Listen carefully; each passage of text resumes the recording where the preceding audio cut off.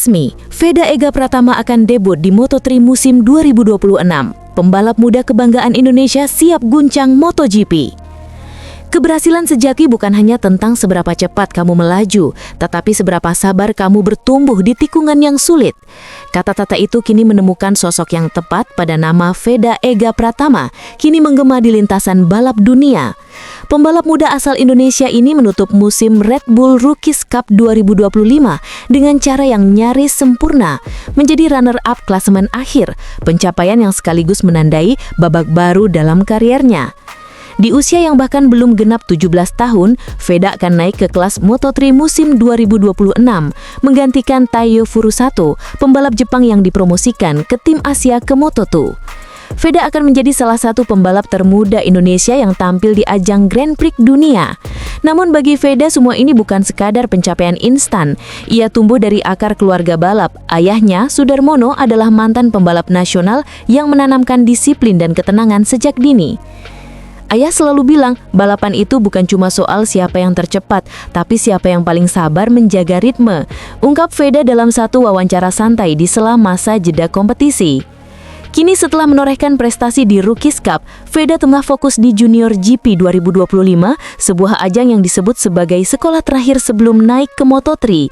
Dari sini lahir banyak nama besar seperti Marc Marquez, Joan Mir, Jorge Martin, dan juga Pedro Acosta.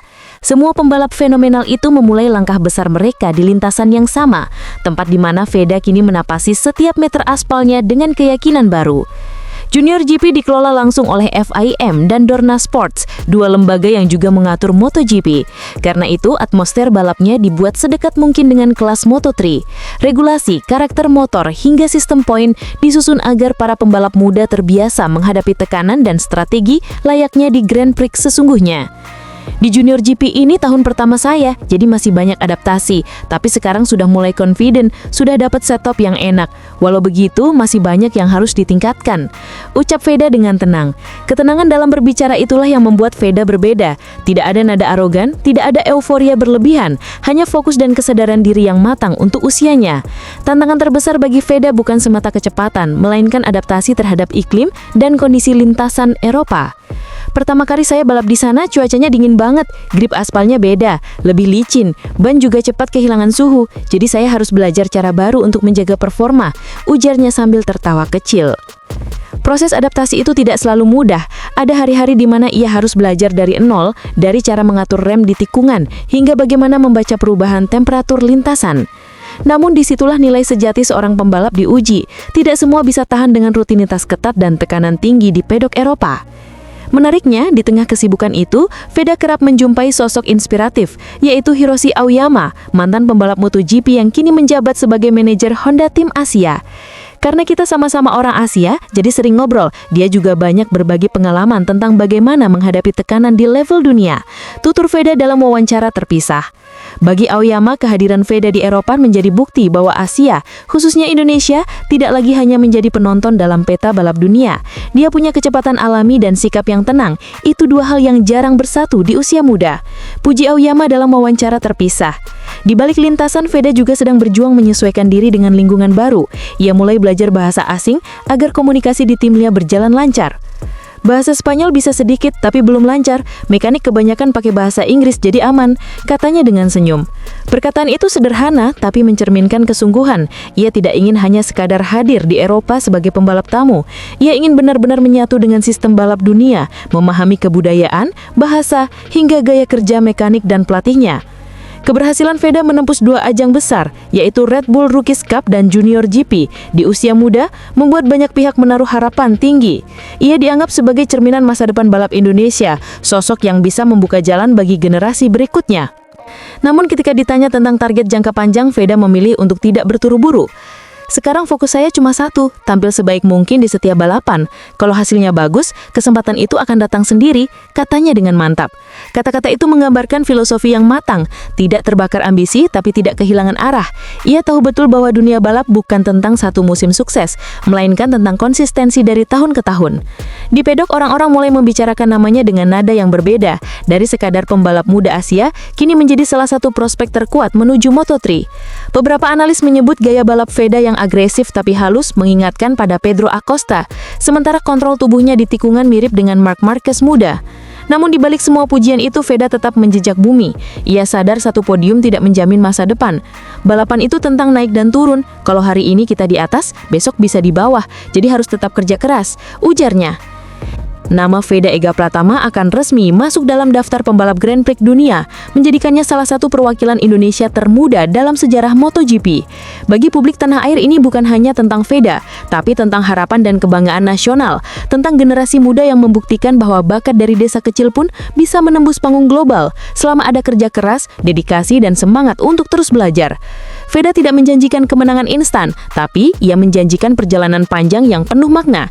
Dan mungkin di tikungan-tikungan masa depan, ketika bendera start Moto3 2026 dikibarkan, dunia akan menyaksikan bendera merah putih berkibar di atas podium bersama senyum tenang anak muda dari Indonesia yang bernama Veda Ega Pratama. Ketika MotoGP dikuasai oleh dua bersaudara, begini reaksi Marc Marquez saat Alex resmi kunci runner-up musim 2025. Dalam dunia yang berputar secepat roda motor di lintasan, tidak ada yang lebih kuat dari cinta keluarga. Kalimat itu terasa hidup saat dua bersaudara asal Spanyol menulis sejarah di dunia MotoGP. Marc dan Alex Marquez, dua nama yang kini menjadi simbol dari dedikasi, darah juang, dan kebersamaan di level tertinggi balap dunia. Musim ini resmi menjadi milik mereka berdua. Marc Marquez, sang juara hidup MotoGP, memastikan gelar juara dunia di sirkuit Motegi, Jepang beberapa pekan lalu. Momentum yang terasa manis, penuh pembuktian, dan menegaskan bahwa meski usia terus bertambah, jiwa juara tak pernah menua. Namun, seperti kisah besar lainnya, kebahagiaan itu tidak datang tanpa ujian. Di pekan berikutnya, tepatnya di sirkuit Mandalika, Indonesia, nasib buruk menghampiri Marc. Saat insiden dengan Marco Bezzecchi di tikungan ke-7, ia terjatuh keras dan dunia seolah berhenti sejenak. Sang juara yang baru saja memastikan gelar dunia kini harus berhadapan dengan cedera yang memaksanya menepi. Para penggemar menahan napas, tim Ducati sibuk memastikan kondisinya dan lintasan terasa kehilangan auranya. Tapi meski tubuhnya tak lagi di lintasan, semangat Marc Marquez tetap hidup, kuat, menyala, dan menginspirasi. Beberapa minggu kemudian, di bawah terik matahari Sepang Malaysia, nama Marquez kembali menggema. Namun kali ini bukan karena Marc, melainkan adiknya, Alex Marquez. Hari Sabtu menjadi momen penting. Dalam balapan sprint yang menegangkan, Alex finish di posisi kedua, cukup untuk mengunci runner-up dunia MotoGP 2025. Dan di hari Minggu, seolah ingin melengkapi catatan sejarah keluarga mereka, Alex tampil tanpa celah, menyapu bersih balapan utama dengan kecepatan luar biasa. Sorak-sorai membahana di pedok. Semua mata tertuju pada papan klasemen yang kini menampilkan dua nama dengan marga yang sama di posisi teratas, Marc dan Alex Marquez. Dari rumah, Marc menyaksikan itu dengan mata yang berkaca-kaca dan bangga. Ia tahu betul, pencapaian ini bukan hanya tentang kemenangan di atas aspal, tetapi juga tentang perjalanan panjang yang telah mereka lalui bersama. Dari anak-anak yang belajar mengendalikan motor kecil di tanah Cervera, hingga dua pria dewasa yang kini menguasai dunia MotoGP. Marc kemudian menulis pesan singkat di akun media sosial pribadinya yang dalam sekejap menjadi viral di seluruh dunia. Juara dan runner-up dunia, kami tumbuh bersama, bersenang-senang bersama, bekerja sama, menderita bersama, dan tahun ini kita menang bersama. Aku mencintaimu adikku, tulis Marc dalam media sosial pribadinya. Kata-kata itu sederhana namun terasa dalam, bukan hanya pengakuan seorang kakak kepada adiknya, tetapi pernyataan cinta, kebanggaan, dan kesyukuran atas perjalanan panjang yang telah mereka lewati bersama. Dunia MotoGP terdiam, bukan karena kebisingan raungan mesin, tapi karena getar emosi dari seorang juara sejati. Marc tahu betul bahwa musim ini berbeda. Di satu sisi, ia meraih kejayaan sebagai juara dunia. Tapi di sisi lain, ia dipaksa menepi karena cedera bahu yang dialami di penghujung musim dan menyerahkan panggung akhir musim kepada adiknya. Namun bukan rasa iri yang muncul, melainkan kebanggaan begitu mendalam. Beberapa waktu lalu, dalam sebuah wawancara, Marc juga pernah mengatakan kebanggaannya di musim ini, dia dan adiknya bisa bertarung untuk sebuah kejuaraan dunia. Ketika aku melihat Alex di posisi kedua klasemen, aku tidak melihat pesaing. Aku melihat cerminan dari perjuangan yang kami mulai bersama. Ia pantas mendapatkan itu, ujar Marc dalam sebuah wawancara. Ucapan itu memperlihatkan kedewasaan luar biasa seorang legenda. Di balik ketangguhan, kecepatan, dan agresivitas yang selama ini menjadi ciri khas Marc, tersimpan sisi lembut seorang kakak yang hidupnya penuh cinta dan rasa tanggung jawab. Sejak kecil, Mark dan Alex selalu berjalan beriringan. Mereka berbagi mimpi, berbagi luka, dan berbagi kemenangan. Dari latihan keras di sirkuit kecil Cervera hingga puncak dunia MotoGP, perjalanan mereka penuh lika-liku namun tidak pernah kehilangan arah. Dan kini, perjalanan itu mencapai puncak yang tak pernah mereka bayangkan, dua bersaudara menguasai kejuaraan dunia di musim yang sama. Sebuah momen yang bahkan mungkin sulit diulang dalam sejarah balap modern. Mark sendiri dalam proses pemulihan pasca insiden Mandalika menunjukkan keteguhan yang tak kalah dari masa jayanya. Ia menjalani terapi setiap hari, berusaha mempercepat pemulihan agar bisa kembali fit untuk tes pramusim tahun depan. Namun di balik itu ia tetap memantau perkembangan balapan, memberikan masukan untuk teknisi, dan memastikan mental Alex tetap fokus menghadapi tekanan akhir musim. Bagi Mark, kemenangan Alex bukan hanya tentang podium. Ini adalah simbol bahwa kerja keras, disiplin, dan dukungan keluarga dapat melampaui batas fisik manusia. Kemenangan tidak akan berarti tanpa seseorang untuk membagikannya. Kalimat itu menegaskan esensi musim ini, bahwa di balik semua teknologi, strategi, dan kecepatan, MotoGP masih tentang manusia, tentang hubungan, pengorbanan, dan kebersamaan. Musim 2025 pun berakhir dengan cara yang nyaris sinematik. Dua bersaudara berdiri di puncak dunia, Mark sebagai juara dunia, Alex sebagai runner-up. Sebuah kisah sempurna yang menutup babak penuh drama, luka, kebangkitan, dan cinta keluarga. Kini seluruh dunia menanti langkah berikutnya. Apakah Mark akan mempertahankan dominasinya musim depan? Ataukah Alex yang akan mengambil alih tahta sang kakak? Namun satu hal yang pasti, sejarah sudah tertulis. Nama Marquez kini bukan hanya simbol kecepatan, tetapi juga simbol kekuatan keluarga dan persaudaraan sejati. Di penghujung tahun ketika lampu-lampu lintasan padam dan mesin-mesin berhenti meraung, dunia MotoGP akan selalu mengingat satu hal, bahwa di musim 2025, MotoGP bukan hanya dimenangkan oleh kecepatan tetapi oleh cinta. Cinta dua bersaudara yang menaklukkan dunia bersama. Gagal finish di Sepang akibat ban bocor. Begini klarifikasi dari pihak Michelin soal insiden Pecco Bagnaia. Kadang dalam hidup, bahkan di dunia balap yang dipenuhi kecepatan dan adrenalin, sebuah kemenangan bisa hilang hanya karena satu detail kecil yang luput dari perhatian. Di lintasan Sepang di tengah panas tropis Malaysia yang menekan, Pecco Bagnaia kembali membuktikan bahwa nasib tidak selalu berpihak kepada mereka yang tercepat. Ban bocor menjadi akhir dari balapan yang seharusnya berakhir dengan senyum lebar di podium dan justru berubah menjadi salah satu momen paling mengejutkan di musim MotoGP kali ini. Hari Minggu dimulai dengan harapan besar bagi Ducati. Pecco tampil nyaris sempurna pada sprint race sehari sebelumnya. Kecepatannya, kestabilannya, dan kontrol penuh atas Desmos edisi GP25 membuat para analis yakin balapan utama akan menjadi miliknya. Di garasi merah Ducati, suasana penuh keyakinan. Tim teknis menyiapkan motor dengan presisi tinggi, memeriksa suhu, tekanan udara, hingga kondisi permukaan ban. Tak ada yang mengira bahwa komponen kecil di bagian belakang motor itulah yang akan menentukan segalanya. Start balapan berlangsung bersih. Pecco melesat di depan, meninggalkan lawan-lawannya dengan ritme khasnya. Tajam, konsisten, dan nyaris tanpa kesalahan. Putaran demi putaran ia pimpin dengan tenang. Ketika Alex Marquez melewatinya, Pecco mereskan dengan meningkatkan kecepatan di sektor 2. Semua terlihat stabil, seolah-olah balapan tidak terjadi apa-apa, seperti yang sering terjadi musim lalu. Namun sekitar putaran ke-13 perubahan kecil mulai terasa. Dari pit wall, kru Ducati menyadari ada perbedaan aneh dalam data tekanan ban belakang. Perubahan itu kecil, hanya beberapa persen, namun cukup untuk membuat para insinyur mengerutkan dahi. Di atas lintasan, Pecco mulai merasakan gejala yang sama. Motornya sedikit kehilangan grip di tikungan cepat Sepang, terutama di sektor terakhir, tempat cengkraman ban sangat krusial. Awalnya ia mengira itu bagian dari degradasi normal, tapi 2 putaran kemudian sensasi itu berubah menjadi sesuatu yang jauh lebih serius. Desmos edisinya mulai bergetar aneh di kecepatan tinggi dan bagian belakang motor terasa melayang di beberapa titik pengereman. Ia mencoba mempertahankan ritme, tetap tenang dan berharap bisa bertahan hingga garis finish. Namun sensasi kehilangan traksi semakin parah.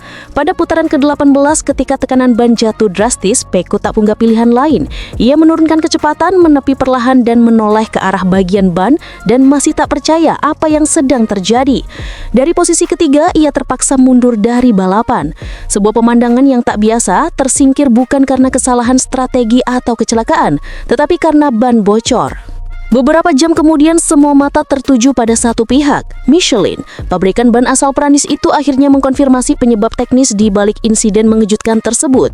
Piero Talamaso, manajer proyek Michelin untuk MotoGP, menjelaskan bahwa ban belakang motor Pecco mengalami kebocoran akibat benda asing di lintasan. Kami mendeteksi adanya lubang di bagian tengah ban belakang. Ketika Pecco melaporkan bahwa motornya berperilaku tidak normal, kami segera memeriksa. Tekanan udara yang seharusnya berada di kisaran 1,4 bar, turun hingga 0,6 hingga 0,7 bar. Itu bukan kondisi aman untuk melanjutkan balapan, ujar Talamaso dalam konferensi pasca balapan.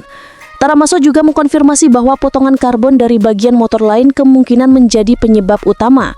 Lintasan Sepang memang sempat penuh serpihan akibat beberapa insiden sebelumnya. Kami menemukan potongan kecil karbon di bagian ban yang bocor. Kemungkinan berasal dari tabrakan yang terjadi di balapan sebelumnya. Ini sangat disayangkan karena Pecco tampil luar biasa. Dia sedang mengelola ritme balapan dengan sempurna sebelum masalah itu muncul, jelasnya. Bagi Ducati, kejadian ini menjadi tamparan keras sekaligus pelajaran berharga. Balapan tidak hanya tentang mesin yang kuat dan pembalap yang cepat, tapi juga tentang setiap detail kecil yang menopang performa. Dalam kejuaraan seketat MotoGP, satu kesalahan sekecil apapun bisa menghapus hasil kerja keras berbulan-bulan. Dari sisi teknis, kehilangan tekanan udara seperti yang dialami Pecco bisa menyebabkan motor kehilangan keseimbangan di seluruh sistem aerodinamikanya. Ketika tekanan ban jatuh drastis, diameter roda belakang ikut berubah. Hal itu mempengaruhi sistem ride height device dan stabilitas suspensi. Akibatnya motor menjadi sulit dikendalikan bahkan di lintasan lurus. Pecco yang dikenal dengan gaya berkendaranya yang halus dan perhitungan presisi pun tidak bisa berbuat banyak. Dalam situasi itu, melanjutkan balapan hanya berarti mempertaruhkan keselamatannya sendiri. Di paddock Ducati suasananya hening. Kru yang biasanya merayakan dengan tepukan tangan hanya saling pandang. Pecco berjalan perlahan menuju garasi melepas helm tanpa banyak bicara. Wajahnya menunjukkan kekecewaan yang sulit disembunyikan. Bukan karena kehilangan poin, tapi karena tahu bahwa performanya sebenarnya cukup untuk ke podium. Sementara itu, Alex Marquez dan Pedro Acosta melesat ke depan. Setelah Pecco menepi, posisi ketiga otomatis jatuh pada Joan Mir yang akhirnya naik podium. Sebuah keberuntungan yang muncul dari ketidakberuntungan orang lain. Meski begitu, tidak ada yang menyalahkan Michelin secara langsung. Piero Talamaso menegaskan bahwa tidak ada kesalahan produksi atau kegagalan struktural. Ban itu melewati seluruh tes standar. Ini murni akibat benda asing di lintasan. Kadang-kadang hal seperti ini terjadi dan sangat sulit dihindari, katanya. Dengan 2 seri terakhir, tekanan terhadap Ducati semakin besar. Setiap balapan kini berarti segalanya. Bagi Pecco, momen di Sepang akan menjadi pengingat betapa tipisnya garis antara kemenangan dan kekalahan. Hanya beberapa detik, hanya satu kebocoran kecil cukup untuk memupuskan dominasi yang tampak tak tergoyahkan. Tim Ducati juga segera melakukan analisis mendalam terhadap seluruh ban yang digunakan di akhir pekan itu. Ia menginginkan memastikan tidak ada faktor internal yang memicu kejadian serupa. Beberapa laporan menyebutkan bahwa tekanan awal ban mungkin sedikit lebih rendah karena suhu lintasan yang naik cepat menjelang start. Meski begitu, Ducati menegaskan bahwa semua prosedur telah dijalankan sesuai panduan Michelin. Kejadian ini juga membuka diskusi baru di kalangan paddock tentang keamanan dan prosedur pembersihan lintasan. Beberapa pembalap berpendapat bahwa Marshall seharusnya lebih cepat dalam menangani serpihan karbon atau metal setelah terjadi kecelakaan. Dalam kecepatan lebih dari 300 km per jam, bahkan potongan kecil bisa menjadi bencana besar. Kini perhatian beralih ke seri berikutnya. Ducati harus memastikan bahwa kejadian serupa tak terulang. Pecco Bagnaia akan datang dengan tekad baru, membawa luka dari Sepang sebagai bahan bakar untuk membalas di lintasan berikutnya. Karena bagi juara sejati, setiap kegagalan bukan akhir, melainkan awal dari kebangkitan yang lebih besar. Di dunia MotoGP tak ada ruang untuk keraguan. Hanya ada 2 pilihan, berhenti atau melaju lebih cepat dari sebelumnya. Dan Pecco Bagnaia dengan segala ketenangan dan kecerdasannya, jelas memilih yang kedua. Dal Igna bungkam teori konspirasi, Pecco dan Ducati masih satu jiwa. Misteri performa GP25 masih jadi teka-teki. Dalam dunia balap, terkadang kemenangan bukanlah hasil dari logika, melainkan keajaiban yang lahir di antara ketidakpastian. Begitulah yang terjadi di lintasan Sepang ketika Pecco Bagnaia kembali menunjukkan taringnya di saat semua orang meragukannya.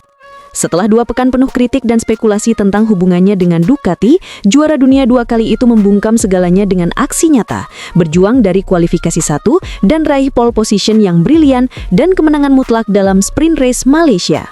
Namun, di balik kemenangan itu, ada sesuatu yang lebih menarik daripada sekedar selebrasi podium, yaitu kebingungan dari orang yang seharusnya paling memahami segalanya, Gigi Dall'Igna. Sang direktur teknis Ducati itu tersenyum lebar saat melihat Pecco melesat tanpa kesalahan, tapi di wajahnya terselip tanda tanya besar yang bahkan ia sendiri tak bisa jawab. Jujur saja, saya senang, tapi saya tidak tahu mengapa kali ini semuanya berjalan sempurna.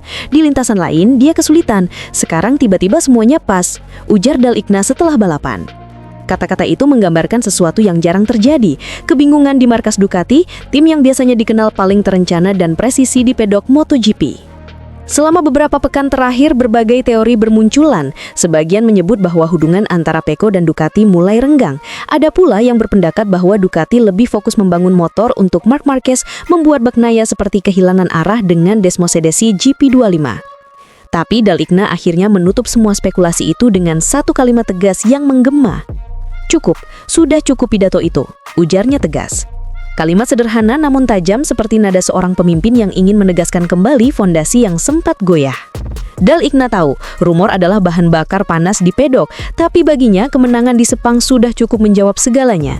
Pecco dan Ducati masih satu arah, satu misi, dan satu keyakinan. Namun misteri performa GP25 tak berhenti di situ.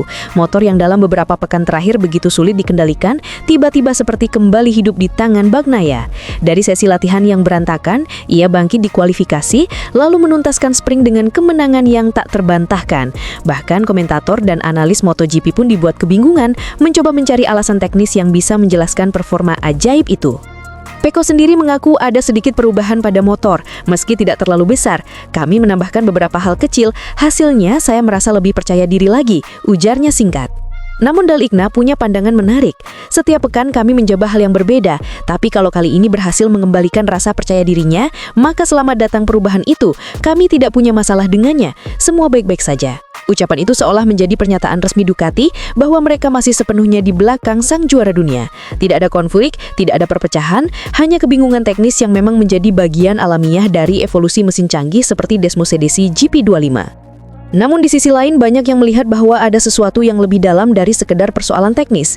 Dalam beberapa balapan terakhir, Pecco tampak kesulitan menemukan koneksi alami dengan motornya. Banyak yang menyebut tanpa Marquez di lintasan sebagai pembanding dan pendorong ritme, Pecco kehilangan patokan dalam mengukur batas maksimal motornya. Tapi Dall'Igna menegaskan fokus utama mereka tetap sama, mengembalikan stabilitas, bukan membandingkan siapa lebih tepat. Pecco adalah juara, dia tidak perlu membuktikan apapun lagi, dia hanya perlu menemukan kembali ketenangan dan ritmenya. Hari ini, dia sudah menunjukkannya, kata Dall'Igna dengan nada lega. Namun di tengah kemenangan ini muncul pertanyaan besar tentang masa depan. Kontrak Bagnaia dengan Ducati akan segera berakhir dan kursinya adalah salah satu yang paling diincar di MotoGP, apalagi setelah rumor tentang ketertarikan beberapa tim lain untuk merekrutnya. Tapi sekali lagi, Dall'Igna memilih untuk tidak terburu-buru. Sekarang masih awal, mari kita selesaikan musim ini dengan baik, fokus pada musim depan, dan baru memikirkan jangka panjang setelah itu, ujarnya. Nada tenang tapi menyeratkan keyakinan bahwa Ducati tidak akan kehilangan sang kaptennya begitu saja. Kemenangan sprint di Malaysia bukan hanya sekedar penebusan, tapi juga pesan kuat untuk dunia MotoGP, bahwa Pecco masih memiliki api juara yang tak padam, bahkan ketika badai rumor mencoba memadamkannya. Dia membuktikan bahwa dia bukan hanya produk dari mesin hebat Ducati, tapi seorang pembalap sejati yang bisa bangkit di tengah keraguan. Dall'Igna pun menutup pernyataannya dengan refleksi yang penuh makna. Terkadang kita tidak perlu memahami segalanya untuk bisa menikmati hasilnya. Hari ini saya tidak tahu kenapa semuanya berjalan sempurna, tapi saya tahu ini adalah momen yang layak dirayakan. Di balik kebingungan teknis dan teori konspirasi, mungkin memang ada satu hal sederhana yang sering terlupakan, yaitu keajaiban semangat seorang juara. Dan Pecco Bagnaia baru saja membuktikan bahwa ketika keyakinan kembali berpadu dengan keberanian, bahkan misteri paling rumit sekalipun bisa berubah menjadi kemenangan yang indah. Kini satu-satunya pertanyaan yang tersisa di garasi merah Ducati adalah, apakah ini kebangkitan sejati atau hanya ilusi sesaat sebelum badai berikutnya datang? Musim MotoGP memang belum usai, tapi satu hal sudah pasti, bahwa hubungan antara Bagnaia dan Ducati mungkin sempat diguncangkan oleh rumor, namun fondasi kepercayaan itu masih berdiri kokoh. Dan seperti kata Dall'Igna, sudah cukup pidato itu. Karena kadang tidak semua kemenangan butuh penjelasan, cukup dirasakan.